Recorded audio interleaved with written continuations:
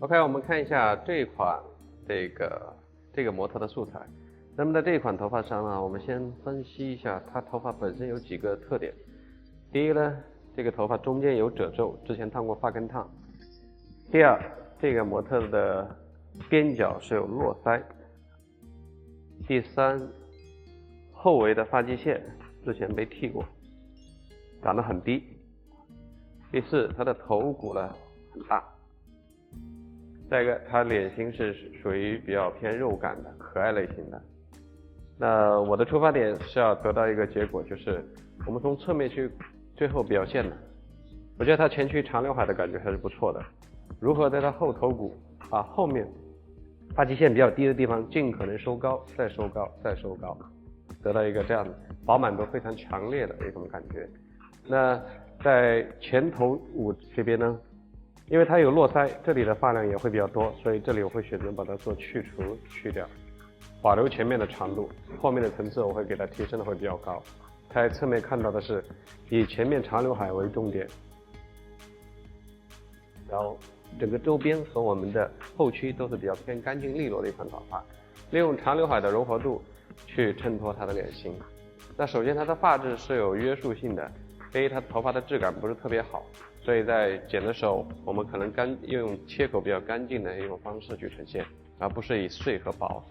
如何去表现这个头发的柔和度和堆积感，那么选择去除和堆积去进行一个组合。首先在分区这里，我是从退化点往后去画我一个弧线，因为它头型比较宽，所以这里会分的微一点，那分到黄金点和枕骨点之间就 OK 了。那我既然把区分这么高，其实就代表我把下去全部的量全部都收掉。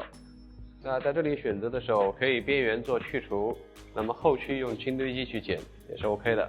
我们也可以选择从旁边一直去除到我们的耳后点，然后再从我们的中心点慢慢往旁边去做去除，保留外侧的长度也可以的。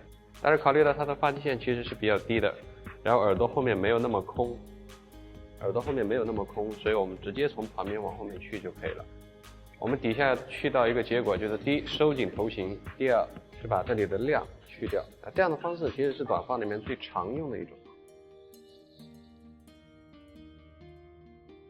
那么剪第一片的时候要注意一点的是，我们不需要把头发尽量往这边去带，尽量往这边去带的时候，它出来的结果是这里落下来会有一个剪切的痕迹，所以呢，我们在平行这个发片原来的位置就可以了。先把上面的长度去掉，这里要的是很服帖的结果，所以呢，角度要从上往下分为2刀去剪掉。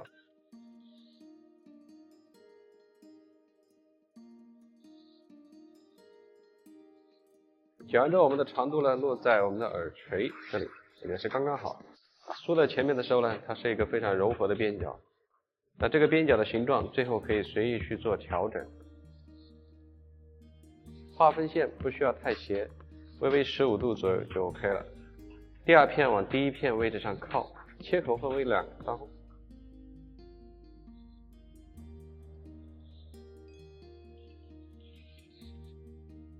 第3片往第2片上面去靠，这样呢，耳朵这里就不会太短。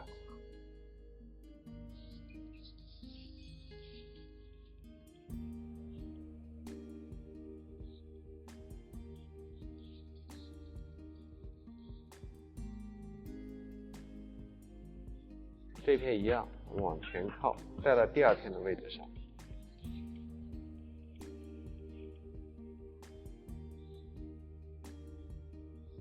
这样我的耳背上面就会得到一个虚线，同时这个地方不会太短。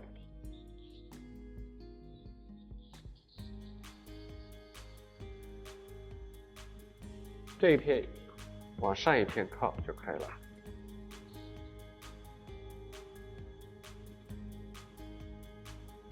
这样呢，我的侧面就 OK 了。首先不需要看到这里有剪切的痕迹，第二，不需要把这个耳朵上面剪得太短。如果耳朵上面剪太短，我们随着头型这样一直跟过来就可以了，这一块自然会比较短。那我们往前带的时候呢，会延长这里，这样我的周边会比较柔和。接下来我们剪后区后区可以从这里往前剪，从后往前剪，可以保留这里的长度，这也可以继续收掉。因为它的头型距离比较长，所以我呢从侧面这里直接往里面去收。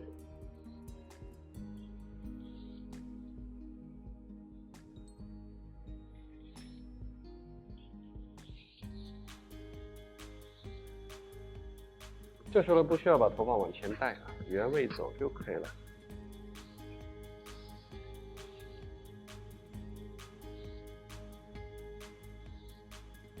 那么到了这个角度的时候，一定要注意，不要太高。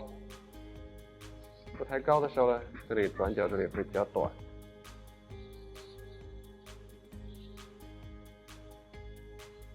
这样出来之后，这里会是一个比较柔和的。同时呢，我们要保留这里的长度，这里可以最后呢随意去变化它的长度，可以把底线切得比较硬，还要考虑到它底下这里是倒剃掉的啊，所以可能需要一点点头发覆盖下来。那么剪完的切口呢，从上到下它是一个等长的，这样顺着下来的，这样出来的结果呢，这会比较服帖。那也可以把底下收得更短，那要看不同的发际线，它这个发际线底下本身就低，如果我们把底下收得很短的时候，最后下面就要利用凸头剪去做划剪，否则它会刺出来。再加上它的发质并不是特别好，所以要预留一点长度。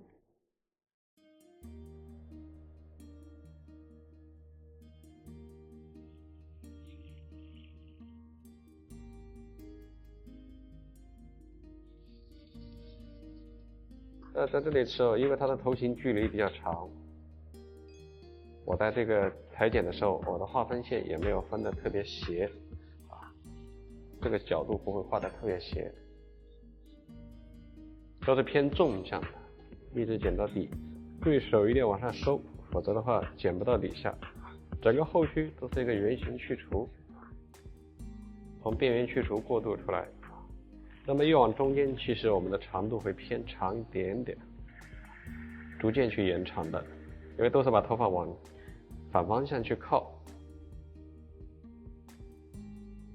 否则的话，我们最后剪完之后，这里会特别生硬啊，这样这个面就 OK 了啊，出来是一个非常柔和的一个层次。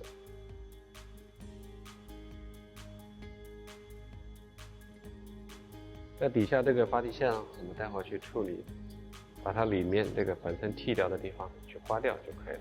这一侧一样，我们不需要把头发往前去轻拉，反手边我们先定好长度，再去慢慢往上提升，记得要把这边最上面的角度要拉起来。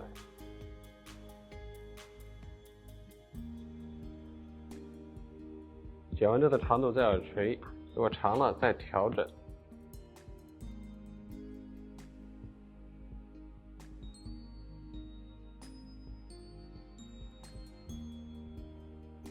第二片往我们的第一片的地方靠，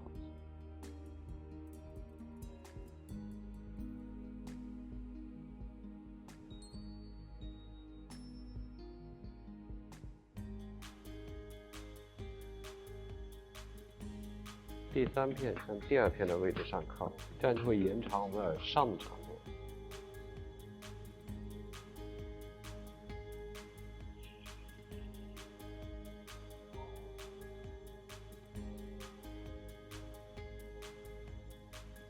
这样这里就不会太短啊，它是一个差不多长的进行一个层次。耳上点这一片，我们只需要往上一片的位置上靠就可以了，轻轻的带起来。这里我觉得剪这种柔和的头发，你带的力量越大，剪完之后这里呢，可能吹干之后它越容易炸开。其实再剪一些边缘去除，配合一些后须这里的长的，我觉得这样子它也是蛮好看的，只是一酷感的头发。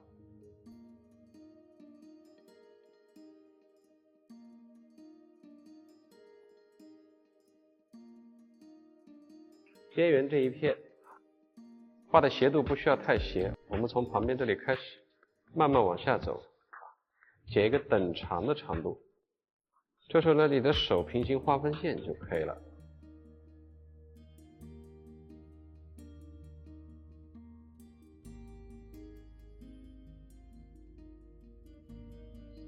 底下这里呢，我们呢往上带，低调这里呢，剪完之后是一个等长的长度。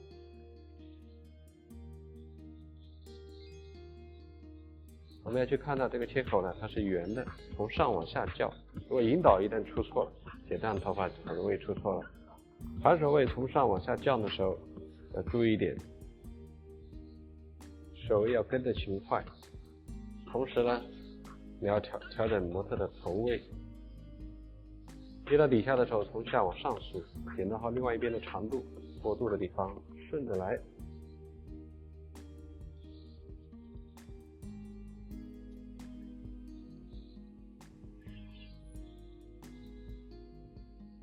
这样剪到转角以外的时候，其实头发是有延长的，所以都是向转角以外带的。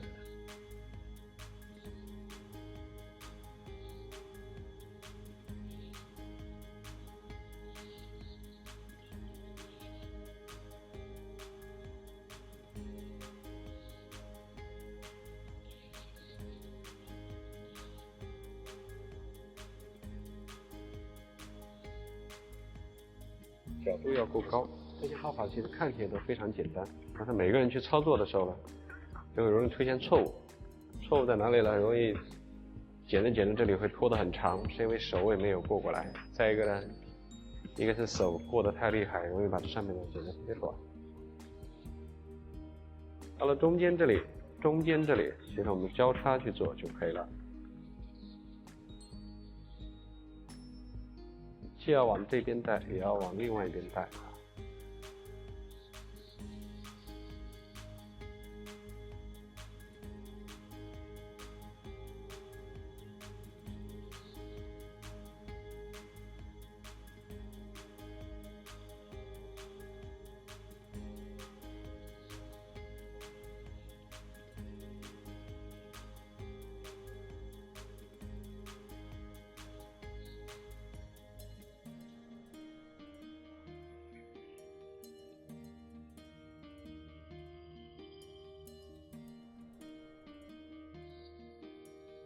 这样呢，整个后区就 OK 了。其实这个时候会头发出现一种假象，当我们剪完之后，它看起来可能是很服帖，其实吹干可能会刺起来。每个发质它的状态是不一样的。我们先用削刀把底下这个它倒剃过的地方刮掉，发际线太高了，我们要把它往上。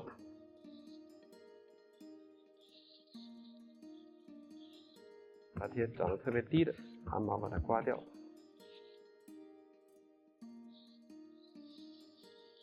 再把底线呢做得精致一点。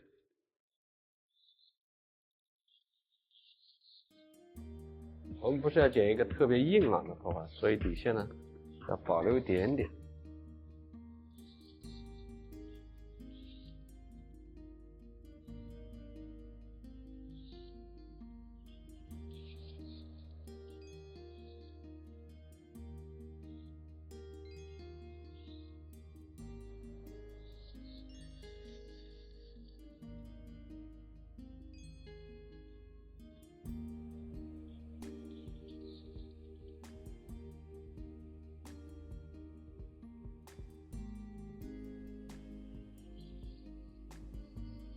这个头发我们做一些交叉检查，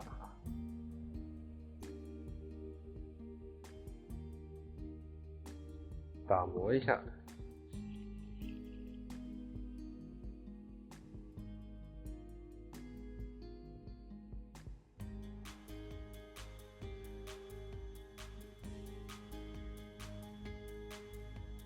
以及把垫角的地方做得精致一点。这一侧也一样。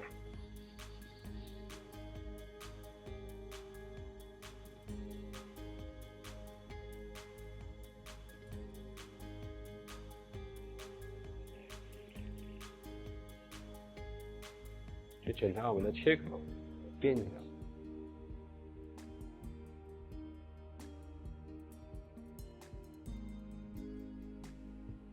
以及耳朵后面有漏掉的地方。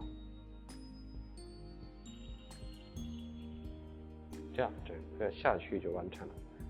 那我们在下区一定要得到这个面是服帖的，否则它就不是去除层次。那下区这个底线，我们要等到上面头发剪完之后，这个底线还要再去把它精致一下。我觉得边角的柔和度呢是刚好的。那这里一定要得到一个长度，就是刚好挂耳之后，这里是一个非常自然的一个边角，而不能超过我们的耳垂。最后等上面的堆积剪完之后，我们要把底线的长度和我们的边角长度要拉得接近，那这个头会偏圆润啊。接下来我们开始剪上区的堆积。那如果在发质比较好的情况下，自然垂感比较好的情况下，其实完全可以用削刀来代替，切口落点自然就可以了。可是我们开始说过，他的头发是有点褶皱，然后呢，发尾的切口是特别粗糙的，之前的层次呢也剪得比较丰富，所以在侧面剪的时候呢，那它的后头围是比较大，其实我们不需要后面堆得特别重，我们希望后面堆的是偏瘦长的一种圆润自然的，所以它的刘海呢跟侧面的头发比起来，那侧面还是长，所以我们要把它的视觉拉成后面是短，慢慢到前面是长，所以保留这个刘海的长度，旁边和后面都会短掉。所以在裁剪的时候，后续我选择用随头型的圆形方式去裁剪。那么要经过提拉，我们让我们的落点柔和。那这里又会涉及的问题是剪连接还是不连接？那我们想要过度柔和，其实这里呢不需要去剪连接层次。我们希望在裁剪的时候，跟里面的头发没有关系，覆盖住里面的头发，这个落点落在我们的耳背上面就 OK 了。在湿发的时候，我们要超过耳背，接近耳孔，吹干之后它会缩起来。那裁剪的时候，我们可以人可以站在后区，也可以站在侧区去裁剪，方便去操作。我们还是在侧面开始，跟底下的长度没有关系啊。提拉的时候角度不能太低啊，剪完之后盖住我们的耳背，接近耳孔都 OK 了。超过45度提拉，往前去带一个圆形层次，那这样的话是擦着耳背过去的。角度提升起来，这样剪完的头发呢不会生硬。那这里容易剪完之后呢，后面会特别长，所以是手位没有带过去。到我的剪完之后，切口是这样慢慢走过来的，跟里面的头发没有关系。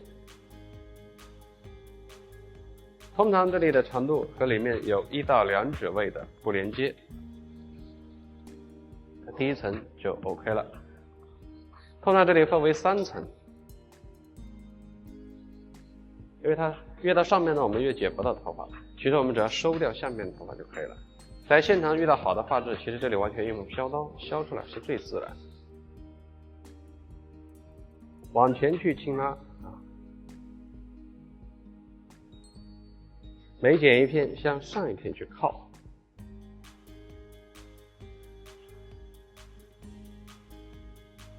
这时候技术不重要，重要的是里面对它的素材和发质，以及它头发的质感、头型的比例，怎么去建立属于你最后想要的结果，同时呢还能衬托这个头型，才是最重要的。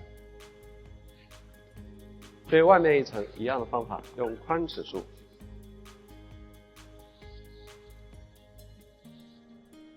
一定要很小的张力啊。这样呢，侧面轮廓就被我建立起来了。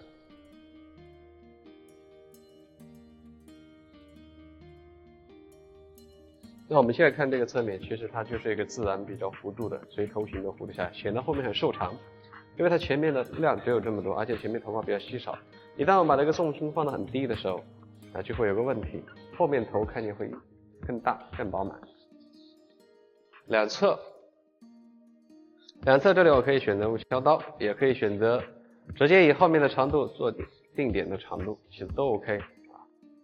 通常我们在剪到两侧的时候，我们只需要做个点剪就可以了，把它分为2层，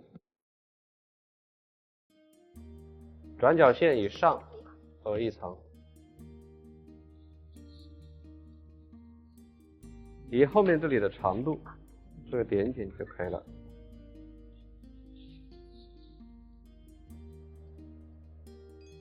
两侧的长度一定要覆盖住边角，和边角重叠。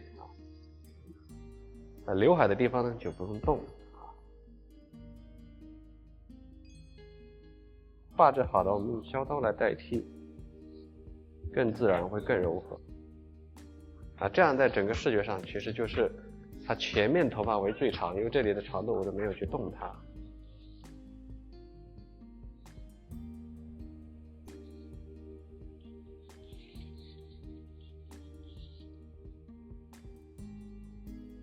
我们再去把侧面重量这个角磨掉，然后后面就是一个非常自然动感的一个对比。前面能带过来的全部往后去带。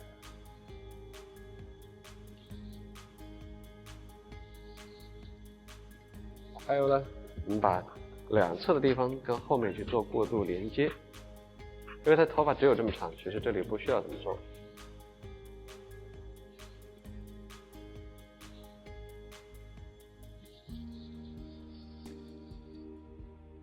干发的时候这里做一下点剪就可以了，这样这个侧面就 OK 了。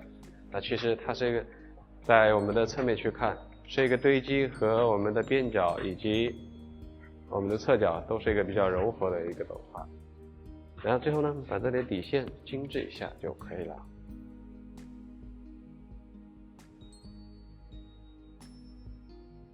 剪完的长度落在我们的耳背上面。盖住我们的耳背，一定要盖住耳背。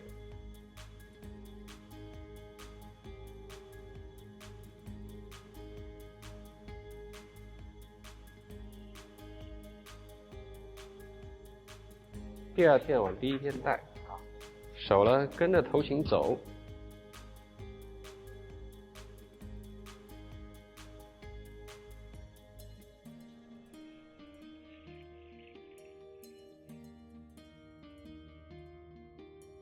一定要看完之后，剪完之后，这一层的头发呈现一个圆弧度，不要有很明显的这个重量线，提拉的角度一定要高于45度。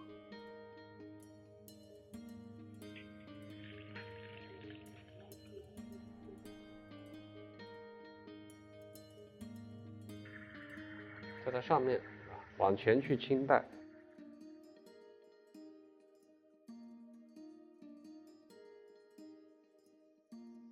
提拉的越低，后面得到的是越立体的堆积。那么剪很立体的堆积的时候，底下在做去除，它们中间过渡一定是有很硬的这个痕迹的。如果是想要剪立体的堆积，那我们之前录的那一款头发，我们可以选择从底下直接圆形层次往上去递增去剪，可以得到很立体也很圆润的层次。就没有必要这样增加难度了。剪不连接的情况下，经常是用削刀和去除做组合的。两侧我们选择跟后面这里做连接点剪就可以了，定在耳背上面。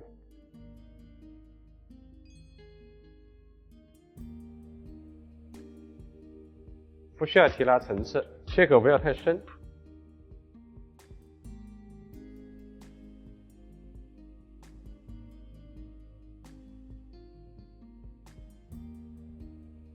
外侧一定要覆盖住边角就 OK 了，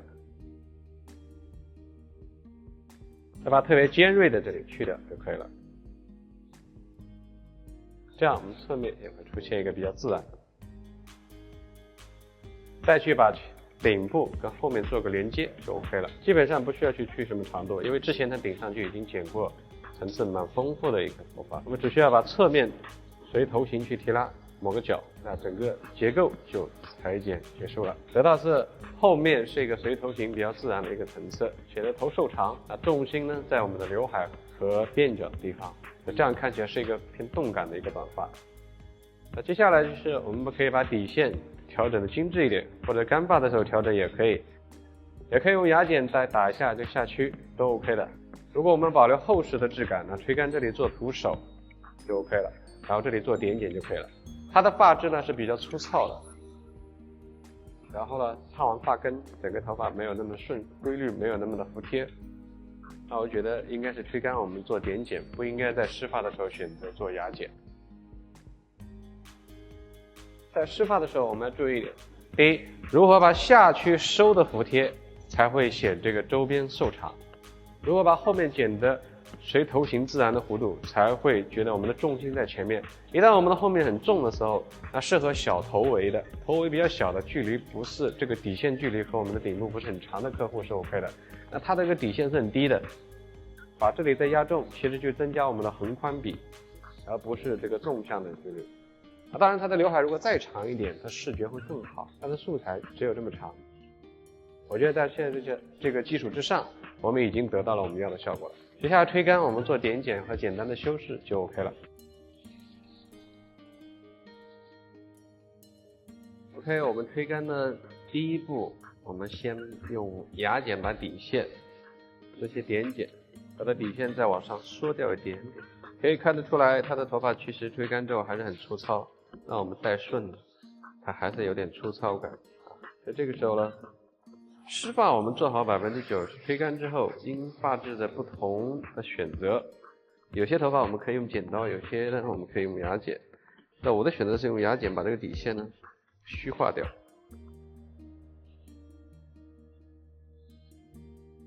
看起来底线比较精致就可以了。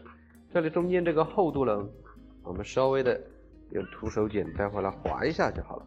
牙剪处理呢，第一比较安全，第二呢不容易把头发呢剪太大的缺口。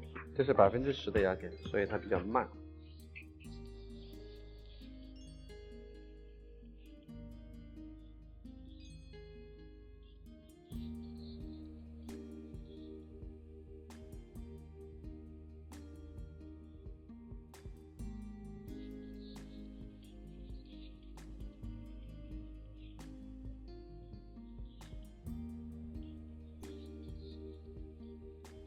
在后面我们要得到几个结果，第一呢，不能把这个底线剪得过窄，一旦剪得过窄的时候，上面会剪得很大，然后剪得头会成为一个梯形，所以我们要看呢，剪完之后宽度要有，这样呢比例会比较平衡一点。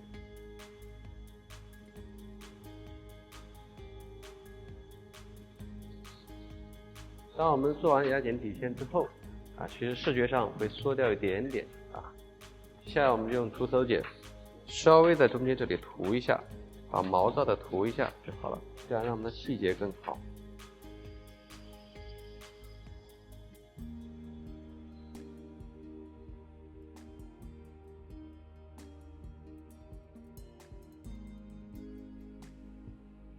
也可以一开始就涂只要遇到发质特别好的，剪完之后后面不会蓬起来，那我们可以把这里做得非常服帖。那对于它这样的发质呢，只要看起来上下的厚度、匀度一样，我们就 OK 了。第二步呢，我们要在这个我们所剪的堆积的区域，全部用点剪呢，把这个齐的切口做些点剪就可以了。发质比较粗糙，同时呢，它的头发上面还有一点点这个之前烫过发根烫的痕迹。整个头发如果用牙剪打的话，会比较毛糙。所以我是选择用点剪推杆来去做点剪。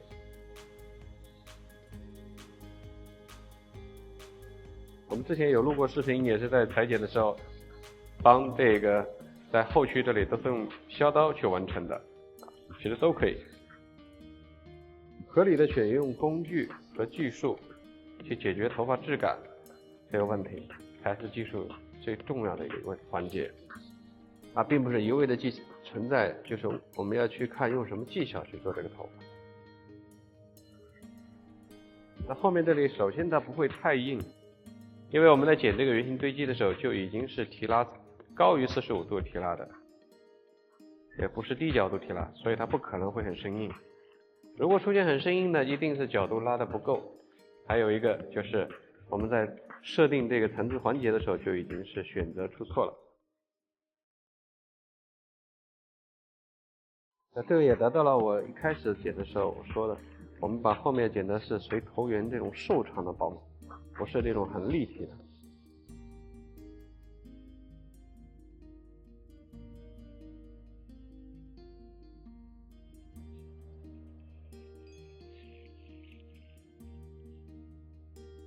其实前面边角这里都很自然的，这样其实这个侧面看起来是很舒服的。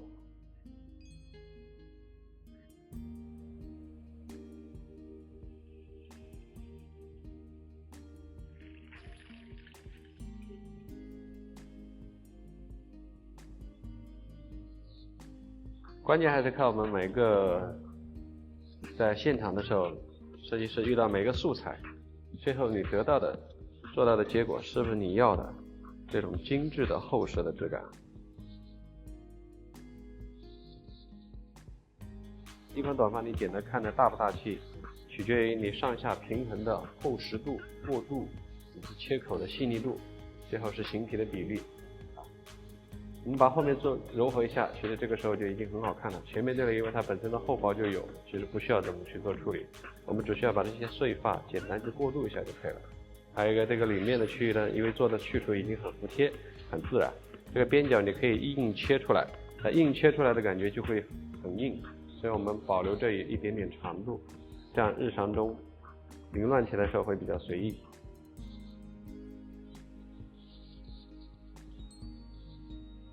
如果想整个头发变得更柔更薄，不是说不可以，是这种发质不太适合。它之前因为有烫过，还有之前也漂过，所以出现的发质的质感会比较弱。在这种弱的质感的一些头发上，我们尽可能把头发剪得实一点，让刘海和边角的地方柔一点，看起来就会视觉会有反差。比如说我们现在所看到的这个感觉，就是前面它是属于柔和的，后面这里呢看起来会比较实一点。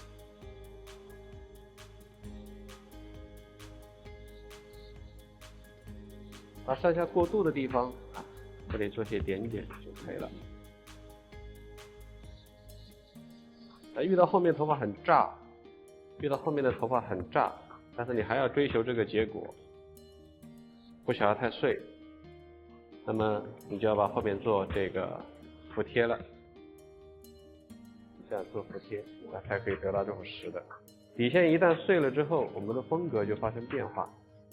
当然，这样硬朗的头发、硬朗的这种底线，不可能得到是一个非常这个碎尾的结果的。你不做服帖烫的话，是不可能的。这边就 OK 了，这一侧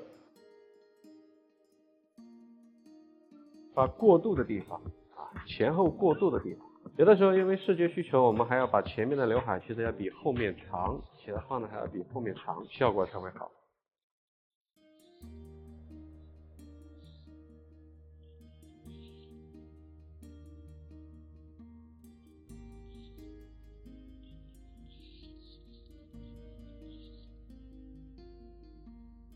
边角的这种自然程度不要去破坏这是去除层次所得到的。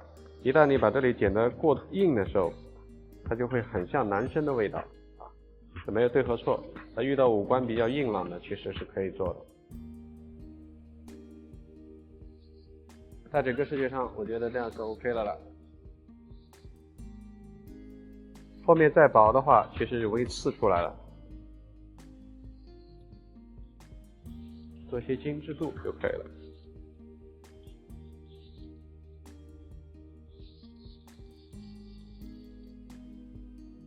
最后前面的刘海，它之前的刘海我并没有去动它，检查一下就可以了。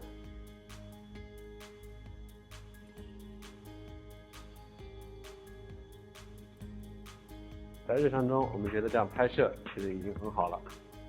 它很商业在这款头发上我们要注意几点第一呢，我们希望前面的刘海尽可能去覆盖住边角，千万不要出现比边角短，那就会脱节，这是第一个要求。第二，我们要保留侧部直线向下，那这样的话整个是长的视觉。如果一旦我们显得向后的时候，这里会比较中性。第三，我们在后面这个堆积的饱满度不可以抢了前面的重心，一旦这里很重了，那突兀我说了它就会拉起来是一个横向比第四，我们在过渡的时候呢，不要有痕迹。如果这里层次剪得很低的时候，它是一个堆积特别重的一个感觉。第五，我们的底线宽度要跟头型一样不能剪完之后是非常窄的。这些细节抓到了之后，我们再把过渡和切口的地方匀度，那这款头发就很好了。最后我们给它拍摄就 OK 了。